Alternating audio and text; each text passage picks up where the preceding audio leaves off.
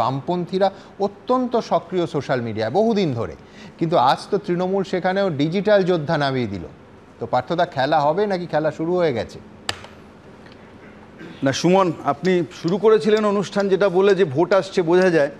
আমি বলছি দিওয়ালি আসছে এটাও বোঝা যায়, যে দিওয়ালির আগে দেখবেন বাম্পার অফার থেকে জায়গায় জায়গায়, এবং এটার মূল কারণ হচ্ছে দুটো। একটা হচ্ছে লস্ট খদ্দের, যে খদ্দের হারিয়ে গেছে বছরের অন্য সময় তাদের ফিরিয়ে আনা, আর একটা হচ্ছে নতুন খদ্দের ধরা।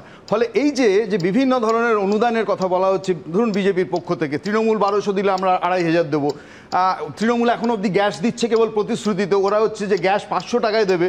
ফলে আসলে গ্যাস দেওয়া বলতে যা বোঝায় বাঙালিকে, সেটাই হচ্ছে চলছে।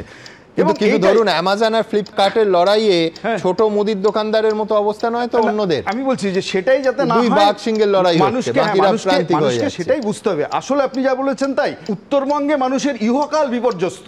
ফলে সেখানে দাঁড়িয়ে হচ্ছে যে মহাকালের মন্দির যদি হয় তাহলে সরকারের প্রায়োরিটি কি সেটা বুঝতে হবে। গতকাল, আজকে মহাকাল মন্দির নিউজে ছিল, কাল মেঘনাথ সাহা ছিল নিউজে, যে ড্যাম ভেঙে দিতে বলেছেন তিনি। আমি বলছি যে পশ্চিমবঙ্গের ডিভিসির 7টা ড্যাম প্রপোজ ছিল, 4টে হয়েছে, 3টে হয়নি। পশ্চিমবঙ্গকে যদি বাঁচাতে হয় বলতে হতো উই নিড মোর ড্যাম। যে মেঘনাথ সাহা যে স্বপ্ন দেখেছিলেন পশ্চিমবঙ্গকে যদি বাঁচাতে হয়, মেঘনাথ সাহার স্বপ্নকে মিসকোট করে যদি বলা হয় যে বাঁধ ভেঙে দাও, তাহলে সেটা হলো আর একটা ধরনের বিপর্যয় নেমে আসবে, যা নেমেছে উত্তরবঙ্গের মানুষের। যদি ভাঙতেই হয় তাহলে এই ইকোসিস্টেমটা ভাঙুন। যে উত্তরবঙ্গের যে জঙ্গল নদী খাত দখল করে যে বেআইনি নির্মাণ চলছে, শহর জুড়ে যে জলাভূমি বুঝিয়ে নির্মাণ, বেআইনি নির্মাণ ভাঙতে হলে এগুলো ভাঙুন। আমি বলছি বাঁধ ভাঙাটা হচ্ছে যে সভ্যতার এগিয়ে যাওয়ার কাজ না,